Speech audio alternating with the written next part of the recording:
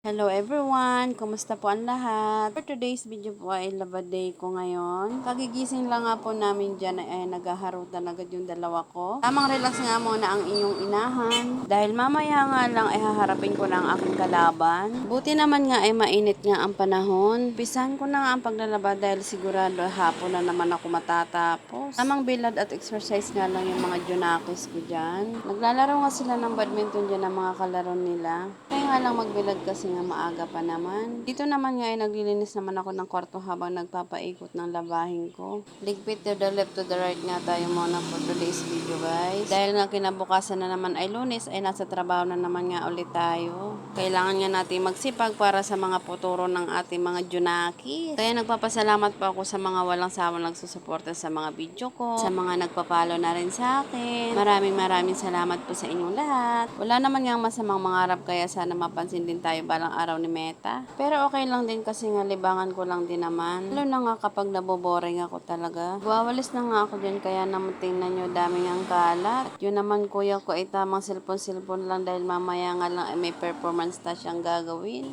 Pinapakita ko nga dyan yung labahin ko. Ayan nga tingnan nyo naman napakarami. Pero iniisip ko na lang na saglit nga lang yan. Dito lang nga ay naglalaban na nga ang kuya ko dahil nga performance task nga nilang gagawin yan. Mukhang okay nga naman siya maglaba dahil nga kinukuskus niya nga ang todo. Sabi ko nga wag niyang tigilan hanggat may nakikita siyang dumi. Kaya ayan nga tingnan niyo seryoso nga siya sa paglaban niya. At dito nga ay pabanlaw na nga siya dyan. Tawa pa nga ako dyan kasi nga sabi niya okay naman pwede nang isampay. Sabi ko nga babanlawan mo pa yan dyan. Hindi mo ka ako titigilan yan hanggat may nakikita kang bula. Nagrereklamo na nga siya dyan. Masakit na nga daw ang likod niya. Sa susunod daw ay gagamit na nga lang daw siya ng washing. Umpisa nga niyan ay excited nga siyang maglaba dyan. Nung nakaramdam na nga siya ng pagod, nagre-reklamo na. Sabi ko nga dyan, maganda na yung may alam kayo sa gawaing bahay. Para na nga sa ganun ay natutulungan nyo na ako si mami. Natapos na nga ako sa paglaba dyan, kaya ayan, sinunod ko naman tong aming mamimerienda. Luto nga ako ng sopas dyan at isinahog ko lang ay isang peraso nga lang ng hotdog. Yan nga lang available na sangkap sa bahay, kaya okay lang din kasi kami lang naman ang kakain. Pasensya na nga rin po kayo dahil nga medyo maingay nga dito sa aking pwesto. Dahil nga po kung maririnig nyo ay napakaingay dahil nga nandito ako sa gilid ng kalsada dito sa aking pwesto. Dito nga ay luto ng aking nilutong sopas. Ito nga po muna for today's mini vlog. Maraming salamat po sa panonood. Thank you for watching guys!